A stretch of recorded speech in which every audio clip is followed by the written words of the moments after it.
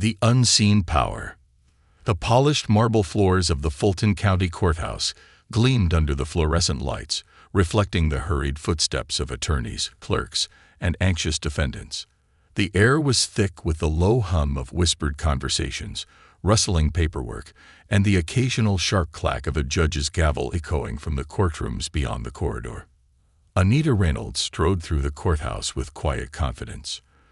Dressed in a tailored black dress that fell just below her knees, her presence commanded attention, though she neither sought nor acknowledged it. She moved with the ease of someone who knew their worth, but had long since abandoned the need to prove it to anyone. Anita, in the eyes of those around her, was just another citizen here to contest a minor traffic violation. A simple, mundane affair, but the reality was far more intricate. What they didn't know, what no one knew, was that she was a highly trained and decorated agent of the FBI.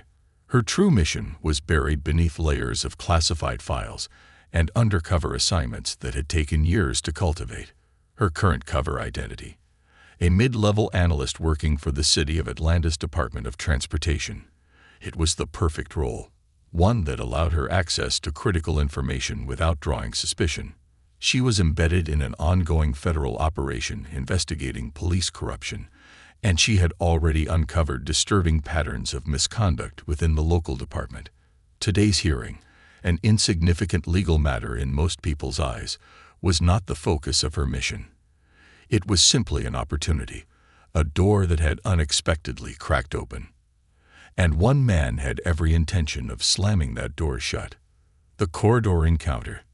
Leaning casually against the courthouse wall, arms crossed over his chest, Sergeant Bradley Kessler watched Anita with a smirk that didn't quite reach his cold, assessing eyes. He was a man who thrived on authority, not just wearing his badge, but wielding it like a weapon. Tall, broad-shouldered, and built like an old-school linebacker, Kessler exuded the kind of confidence that came from knowing people feared him.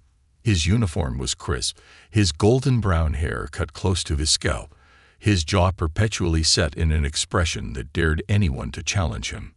As Anita took a seat on the wooden bench outside the courtroom, she could feel his gaze drilling into her.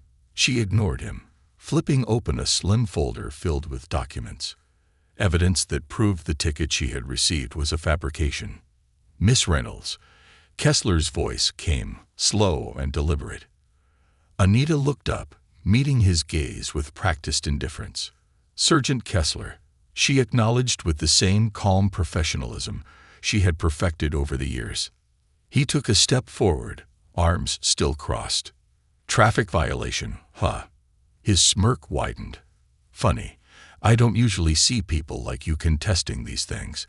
Most just pay the fine and go about their business." Anita tilted her head slightly. "People like me?" she asked, her tone deceptively light. Kessler shrugged. "You know, too polished, too self-assured." He let his words linger before continuing. "Got a law degree you're not telling us about?" She smiled, unfazed. "No law degree, just a preference for the truth." His eyes narrowed slightly, as if searching for a crack in her demeanor. When he found none, his smirk returned. "Well, let's hope the judge likes well-prepared arguments. Some people think they can talk their way out of anything." Anita closed her folder with a quiet snap. "And some people think a uniform grants them the right to intimidate others," she replied smoothly, meeting his eyes head-on. A flicker of something crossed Kessler's face. Annoyance, perhaps, but he quickly masked it. "See you inside," he said before turning on his heel and walking toward the courtroom doors. Anita's phone vibrated inside her purse. She retrieved it, glancing at the screen. A single message from her handler flashed. "We've got eyes on everything. Stay calm." She locked the screen and slid the phone back into her bag. This was no longer about a ticket. It never had been. Inside the courtroom, the judge, a seasoned man in his 60s with sharp eyes and a no-nonsense demeanor, called Anita's case to order.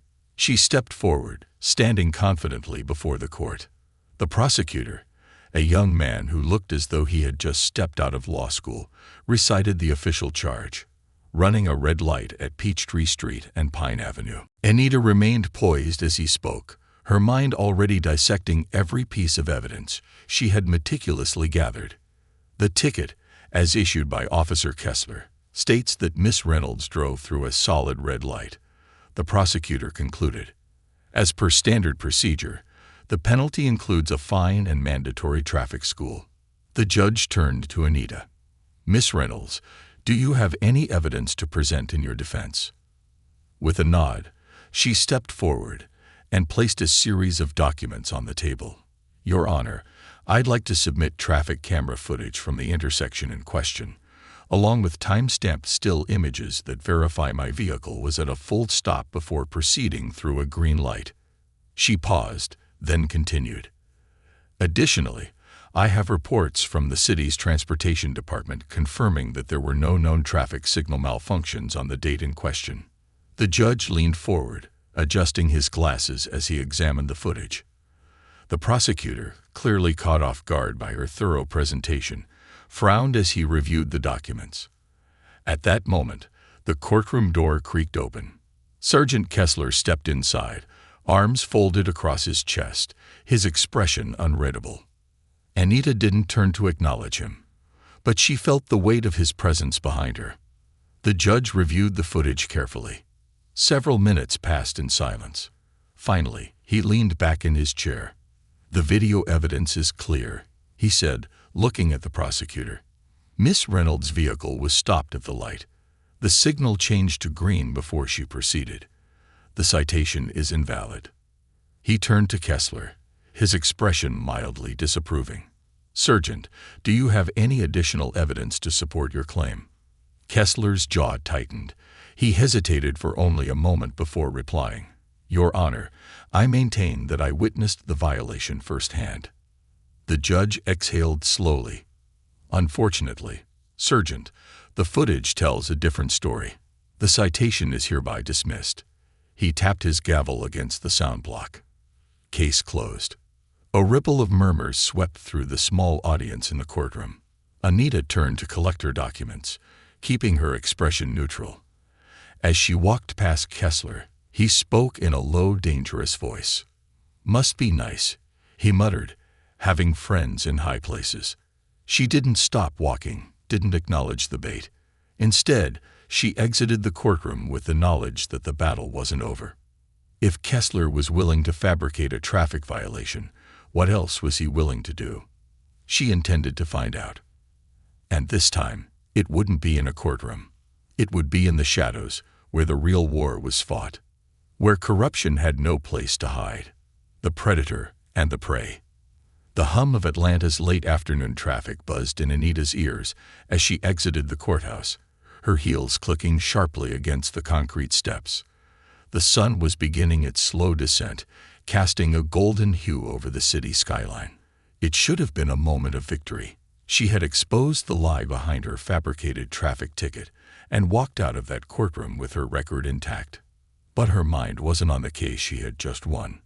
It was on the man who had issued that ticket in the first place, Sergeant Bradley Kessler. The weight of his parting words lingered in her mind. Must be nice having friends in high places. That wasn't just bitterness. That was a threat. And if there was one thing Anita had learned from years in law enforcement, it was that men like Kessler didn't take humiliation lightly. They didn't let things go. They came back harder, more dangerous, and with a vengeance. She needed to be ready. The hunter's eyes.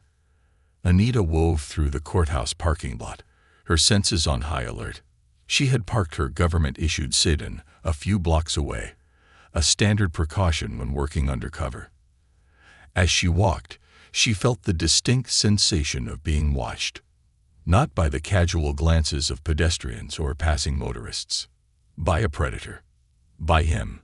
She subtly glanced in the reflection of a store window, catching a glimpse of Kessler leaning against his patrol car, his eyes locked on her. He wasn't even trying to be discreet. He wanted her to see him.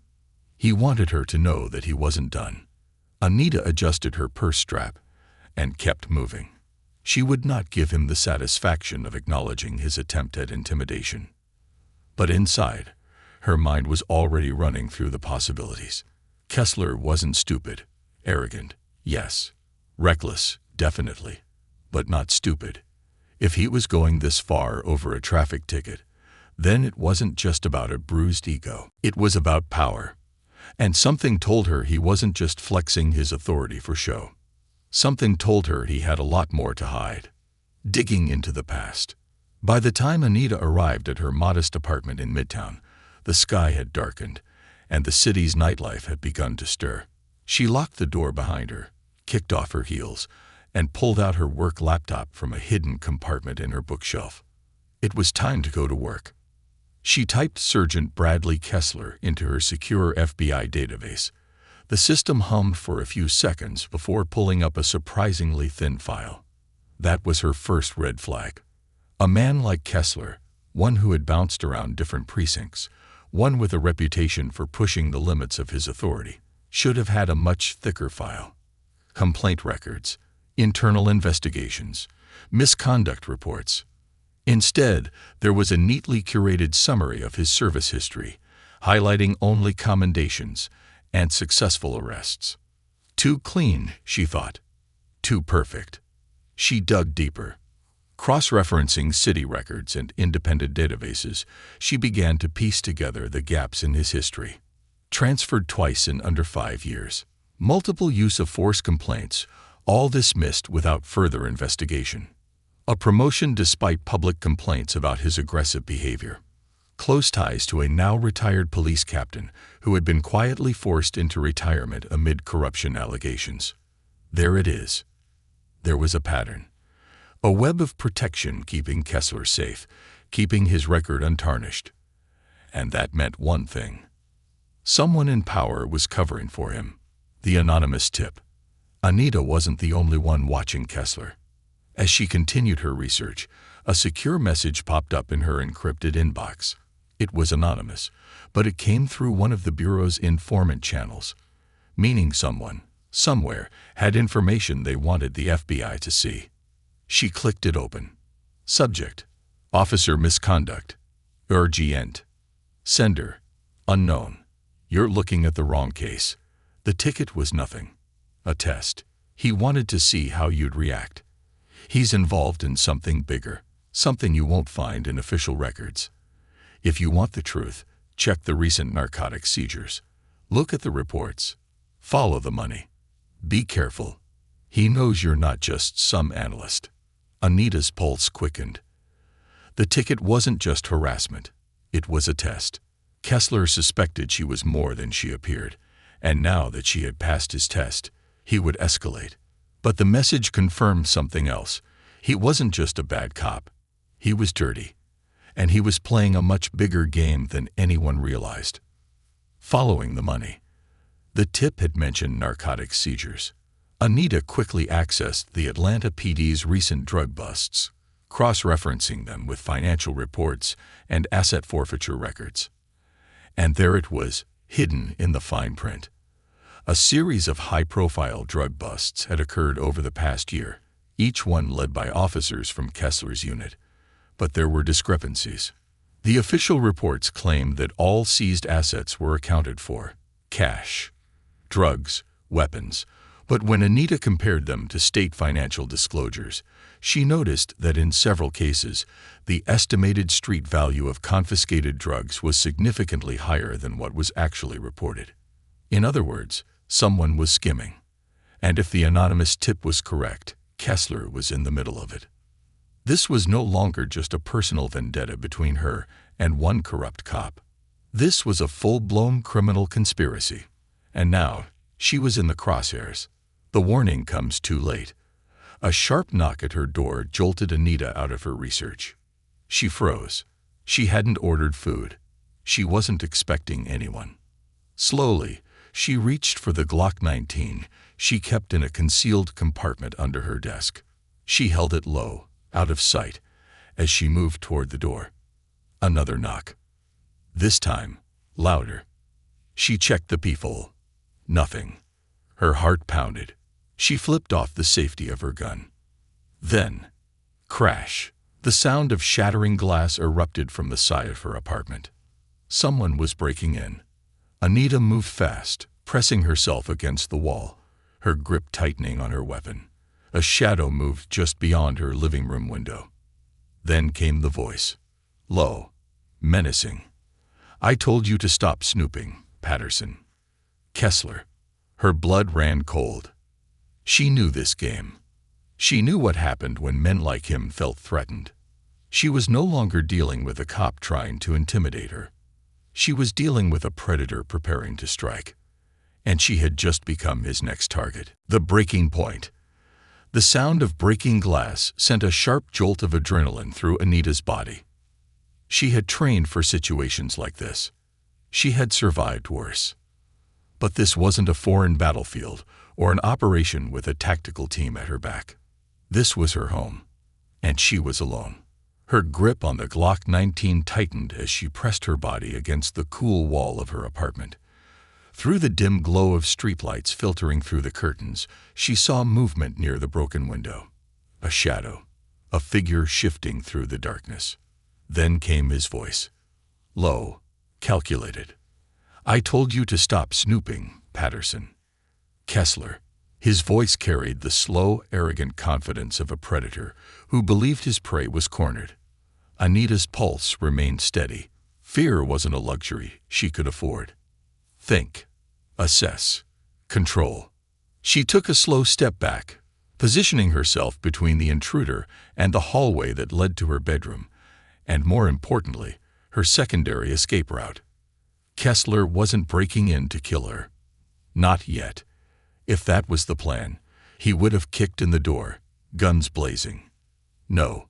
This was intimidation, a power move. He wanted to rattle her, to let her know that she was vulnerable, that if she didn't back off, things would escalate. But he had made a critical mistake. Anita Reynolds wasn't the type of woman who ran from a fight, a predator in the dark. From her position in the shadows, she could see the outline of his frame as he stepped carefully over the broken glass. He moved with the precision of a man who had done this before, a man who had entered people's homes without permission and left without consequences. The gun in her hand felt solid, a cold, reassuring weight. One shot. That's all it would take. But firing now would escalate this into something she couldn't control. She needed answers first. So she waited. Kessler took another step inside. He was alone. No backup. Either he was confident in his ability to handle her, or he didn't want any witnesses. His arrogance was his weakness. She would use it against him. She exhaled softly, then, in a calm, even voice, she spoke. You break into all the women's apartments you harass, Sergeant, or am I just special? He stopped mid-step. His head turned slightly, trying to pinpoint her exact location in the darkness. You're special, he admitted, his tone laced with amusement. Most people take the hint when I tell them to back off. But you? He exhaled, as if she were a particularly stubborn problem he needed to solve. You just don't know when to quit. Anita smiled, though he couldn't see it. And you don't know when to be afraid, she replied. Kessler chuckled. Afraid. Of you. You should be. Before he could react, Anita moved. Fast. Silent. She pivoted out of the shadows, gun raised, and pressed the muzzle firmly against the underside of his jaw before he could fully turn to face her. The shift in power was instantaneous. Kessler froze. His confidence flickered, just for a moment. But Anita caught it. That moment of hesitation. That brief realization that he had miscalculated. She leaned in, lowering her voice to a near whisper. Here's the thing about being a bully, Kessler. You get so used to people backing down that you forget what it's like when someone fights back. Kessler swallowed. His hands twitched slightly at his sides. She felt his body tense, the gears in his head turning, trying to decide if he could overpower her before she pulled the trigger. She pressed the gun harder into his skin. Don't, she warned. I've taken down bigger men than you before breakfast. A slow silence stretched between them. Then, finally, Kessler smirked. You're full of surprises, Patterson. Anita tilted her head, "And you're full of shit, Kessler." She pulled back the gun just enough to let him step away. He did so slowly, raising his hand slightly, as if to show he wasn't a threat. But the gleam in his eyes told her that this wasn't over. Not by a long shot. The truth unraveling. Kessler left without another word, slipping back through the broken window and into the night. Anita locked the door behind him, her mind racing. This had gone beyond simple harassment. He had broken into her home. He wasn't just trying to intimidate her, he was sending a message. And that meant she was close to something big. She needed to move. Fast. Within minutes, she had packed a go bag, essentials, burner phones, backup cash, and her FBI-issued badge, which she had kept hidden until now. She couldn't stay here. Kessler knew where she lived. And if he was willing to take this risk, it meant he had protection from higher up the chain. Someone powerful was covering for him. And if she didn't act soon, she might not get another chance. Her encrypted phone buzzed. It was a message from her handler. Urgent. Meet at safe house. Midnight. Anita exhaled. It was time to stop playing defense. It was time to go on the attack. The safe house meeting. The safe house was an unremarkable brick townhouse tucked between abandoned buildings in a quiet section of the city. Leonard Kim, her handler, was already inside when she arrived. He looked up from a set of files, his expression serious. "You look like hell," he remarked. Anita dropped her bag onto the table. "Kessler broke into my apartment tonight." Leonard's jaw tightened. "You okay?" She nodded. "I handled it, but we've got a bigger problem."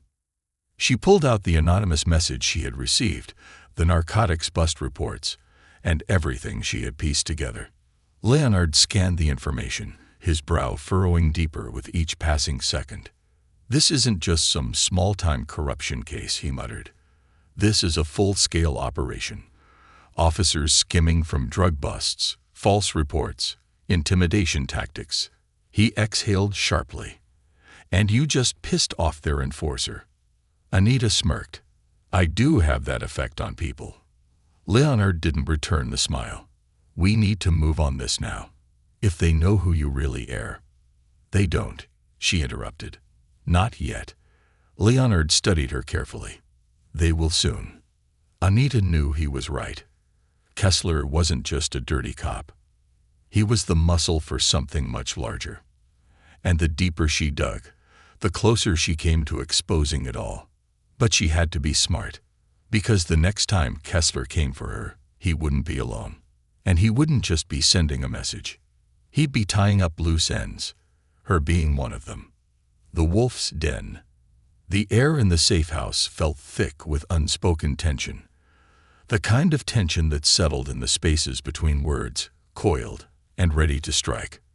Anita sat across from Leonard Kim, her handler, as he combed through the files she had collected. The dim light above them cast long shadows over the wooden table, emphasizing the grim reality of what they were dealing with. "This is bigger than we thought," Leonard muttered, flipping through the falsified narcotics reports. "Skimming drug money is one thing, but the level of coordination here." He shook his head. "This isn't just corruption. It's organized crime." Anita crossed her arms. "Kessler is at the center of it. He's not just another bad cop on the take. He's their enforcer. The intimidation, the false charges, breaking into my apartment. He's testing me, trying to figure out if I'm a real threat." Leonard exhaled sharply. "And what he does when he figures it out." Anita's expression darkened. "He won't stop at intimidation." Leonard rubbed his temples. "We need to act before he does." Anita leaned forward, her voice low and steady. "Then let's make sure he doesn't see it coming." She pulled out her laptop and tapped the screen, displaying financial records she had uncovered. "I traced some of the missing drug money through asset forfeiture filings. The numbers don't add up. Cash seizures from certain busts don't match the official records. Either the city's money is vanishing into thin air, or someone's pocketing it before it ever reaches the evidence locker." Leonard's eyes sharpened. "And Kessler?" Anita tapped again, and a series of internal police transfers appeared. He's always reassigned to high-profile drug busts, but never the paperwork side of it. He's always in the field, which means he's either physically moving the money or he's protecting the people who are. Leonard sat back, thinking. That means we need a witness. Someone inside. Someone who can confirm what Kessler is doing. Anita smirked, already working on it. Leonard raised an eyebrow. You have someone.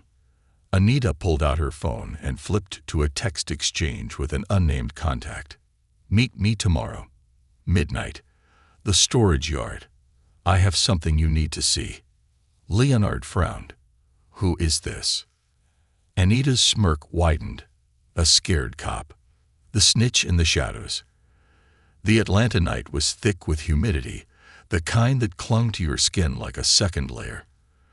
Anita waited in the shadows of an abandoned construction yard, the glow of a distant streetlight, the only illumination. She checked her watch, 11:57 p.m. Right on time, the faint hum of an approaching car broke the silence. A black sedan pulled up near the fence, its headlights flicking off as the engine idled. The driver's door opened hesitantly, and a man stepped out. Officer Greg Sanderson. He was young, mid-30s, average build, with the look of a man who had seen too much too fast. His uniform was absent, replaced by a gray hoodie and jeans. Even from a distance, Anita could see the nervous energy in the way he moved.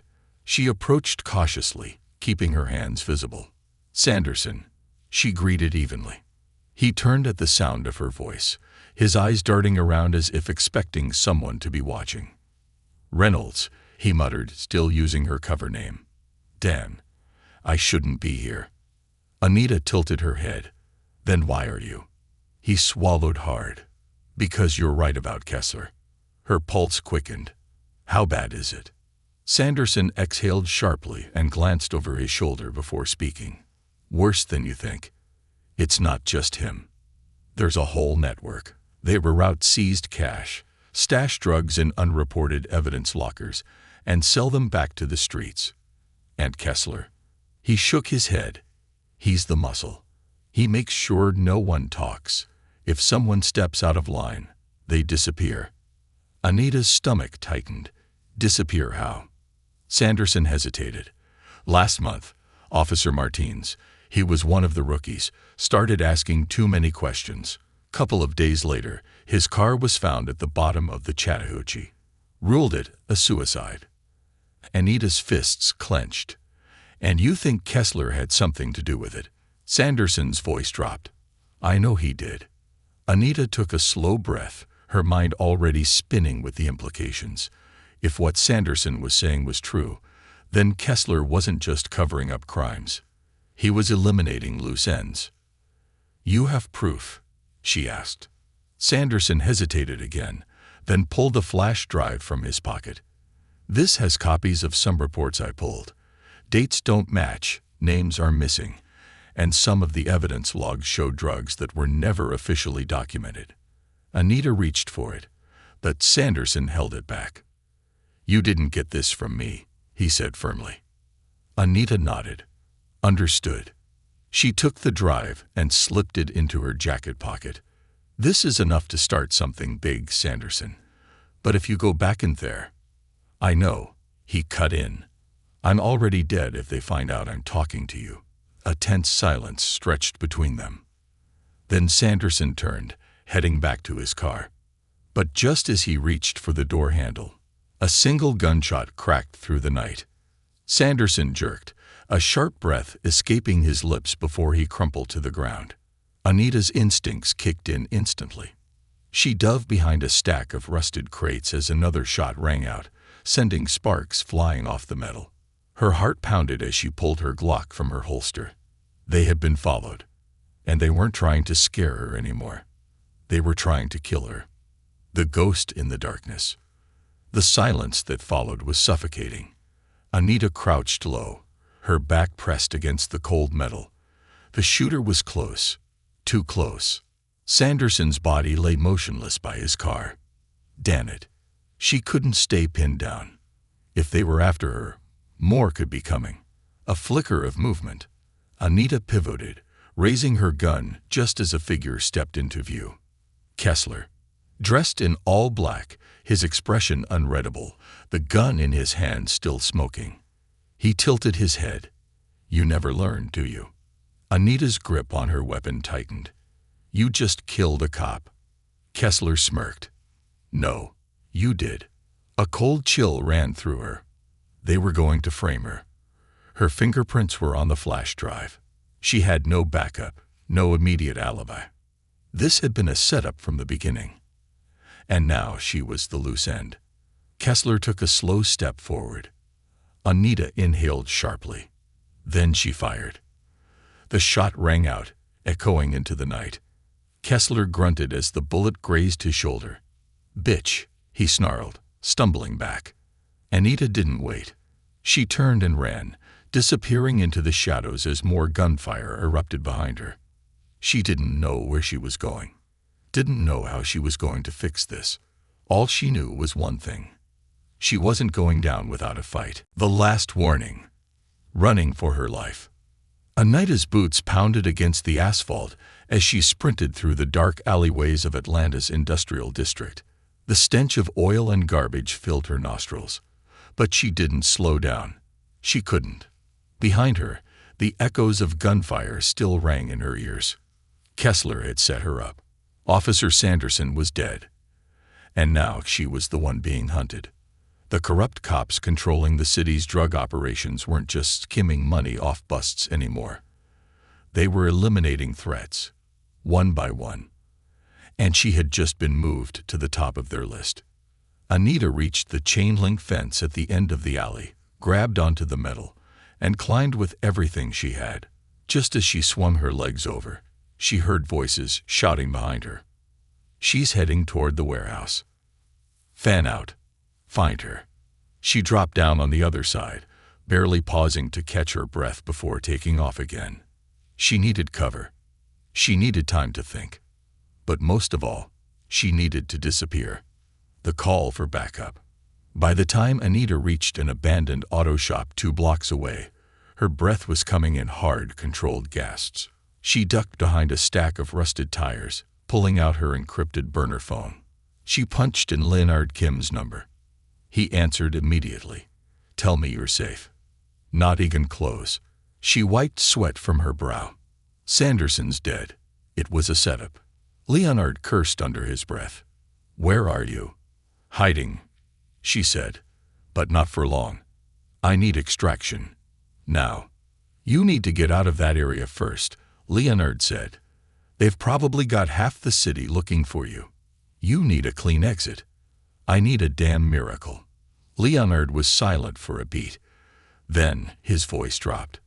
I can get you one, but it won't be pretty. Anita exhaled. I don't care how ugly it is. Just get me out. All right, he said. There's a safe house outside the city, 15 miles west, near a decommissioned power station. I'll send the location. Get there. Stay out of sight. Anita nodded, already planning her route. Got it. Leonard hesitated. And Anita? Yeah? Kessler's not going to stop. Not after this. He wants you dead. She tightened her grip on the phone. Then he better pray he gets to me first. A dangerous escape. Anita moved quickly, sticking to the shadows as she made her way toward the western outskirts of the city. Every instinct screamed that she was being followed. And she was right. Halfway through an underpass, headlights suddenly flared behind her. Engines roared to life. She turned just in time to see 2 black SUVs speeding toward her. Damn it. She broke into a sprint, weaving between the concrete pillars as the vehicles closed in. Tires screeched. Doors slammed. Voices shouted. Then, a gunshot cracked the night. A bullet grazed her arm, sending a white-hot jolt of pain through her body. She stumbled but kept moving, forcing herself forward as adrenaline surged through her veins. Keep going. Don't stop. Not now.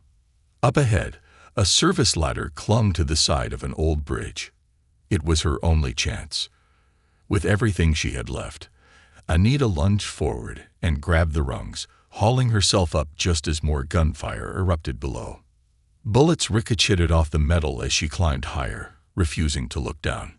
She reached the top, swung over the edge, and vanished into the darkness. The power station. Anita didn't stop running until she reached the old power station. It was a skeletal ruin of rusted steel and broken windows, its massive cooling towers looming like forgotten giants. Leonard was waiting inside, pacing near a dimly lit control panel. When he saw her, his face hardened. "You're bleeding," he said. Anita waved him off. "I'll live." Leonard didn't argue. He grabbed a first aid kit and started dressing the wound. As he worked, Anita pulled out the flash drive Sanderson had given her. "He died for this," she muttered. "Whatever's on here, it's the key." Leonard plugged it into a laptop. Lines of encrypted files flickered onto the screen. Anita's heart pounded. If these files contained what she thought they did, then Kessler wasn't just dirty. He was running the entire operation. "Holy shit," Leonard breathed. Anita leaned in, and what she saw changed everything. The evidence that could end it all. The files contained internal memos, bank records, and surveillance footage. But the biggest revelation, names. Dozens of them. Not just cops. Judges, city officials, business owners. All connected to Kessler. All profiting from the stolen drug money. And at the center of it all, a single name. One that sent ice through Anita's veins.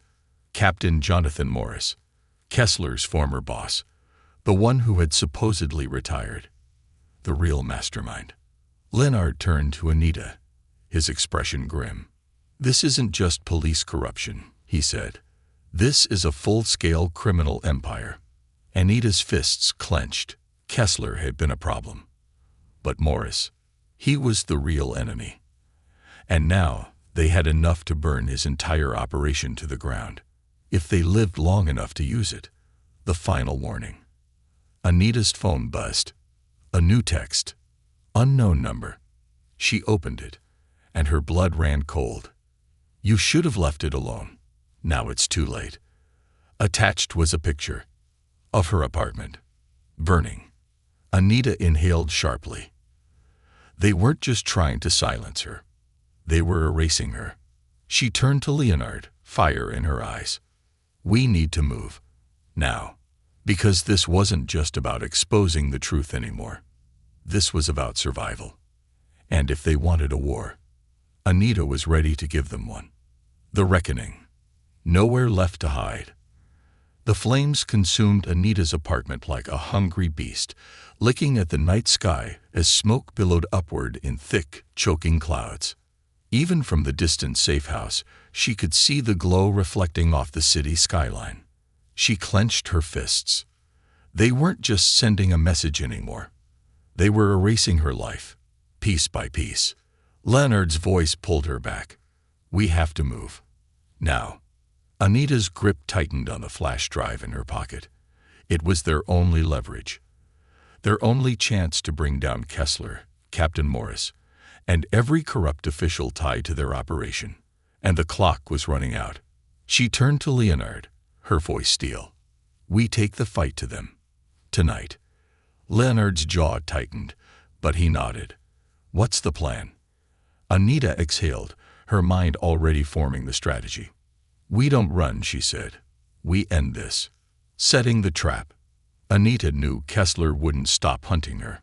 He was a predator who thrived on control, and right now, she had something he couldn't afford to let slip. The only way to win. Make him come to her. She pulled out her burner phone and typed a message. "Meet me at the docks. Warehouse 14. Midnight. Alone." Then she sent it. To Kessler. Leonard's eyes widened. "Are you insane?" Anita smirked. "A little, but this is the only way. He'll come. And when he does, we'll be ready." Leonard ran a hand through his hair, exhaling sharply. "You better know what you're doing." Anita checked the magazine on her Glock. "I do." The final showdown. The docks were nearly deserted at midnight. The only sounds were the distant hum of cargo ships and the rhythmic slosh of water against the pier. Warehouse 14 loomed ahead, an old rusted structure with broken windows and a history of forgotten deals. Anita and Leonard took their positions. She crouched behind a stack of wooden crates, her heart steady, her pulse slow. Then, the sound of approaching footsteps. She didn't have to look to know it was him. Kessler stepped into the dim light, his movements deliberate. He wasn't alone. 2 other officers flanked him, their hands resting on their holsters. Anita tightened her grip on her gun. Kessler's smirk was maddening. "I was wondering when you'd stop running." Anita stepped forward. "I wasn't running, Kessler. I was waiting." Kessler's expression flickered, just for a second. Then he chuckled. "Bold. I'll give you that." Anita took another step. "We both know how this ends. You lose." Kessler's smirk faded. "You really think that?" She nodded. "I have the files. Everything. The stolen money. The fake busts. The murders." Kessler's jaw tightened. Anita's voice dropped to a whisper. "Sanderson." That name hit him like a bullet. His fingers twitched. His stance shifted. "You should have stayed out of this," he muttered. Anita took a slow breath. "I could say the same about you." Silence stretched between them. Then, Kessler moved. Fast. But Anita was faster. Her gun was up before he could draw his. A single shot. Straight to his shoulder. Kessler staggered back, cursing as blood soaked his sleeve. One of the officers reached for his weapon. But before he could pull it, Leonard stepped from the shadows, his own gun trained on them. "Don't." The 2 officers hesitated. Then, sirens. Flashing red and blue lights flooded the docks. Anita's reinforcements had arrived. Within seconds, more FBI agents swarmed the warehouse, their weapons raised. Kessler looked around, his breathing ragged. The game was over. Captain Morris, the real puppet master, would be next. The entire operation would crumble. Anita stepped closer, staring down at Kessler. "You thought you were the hunter," she said. His eyes darkened. She smirked. "But you were always the prey." The fall of a corrupt empire. By morning, the city was buzzing. Headlines exploded with the biggest corruption scandal in decades. High-ranking officers arrested in multi-million-dollar drug scandal. FBI crackdown exposes deep-seated corruption in Atlanta PD. Sergeant Bradley Kessler and Captain Jonathan Morris in federal custody. Anita sat in the back of a black SUV, watching the news reports play on her phone. Leonard sat beside her, shaking his head. "You did it." Anita sighed. "We did it." He smirked. "So what now?"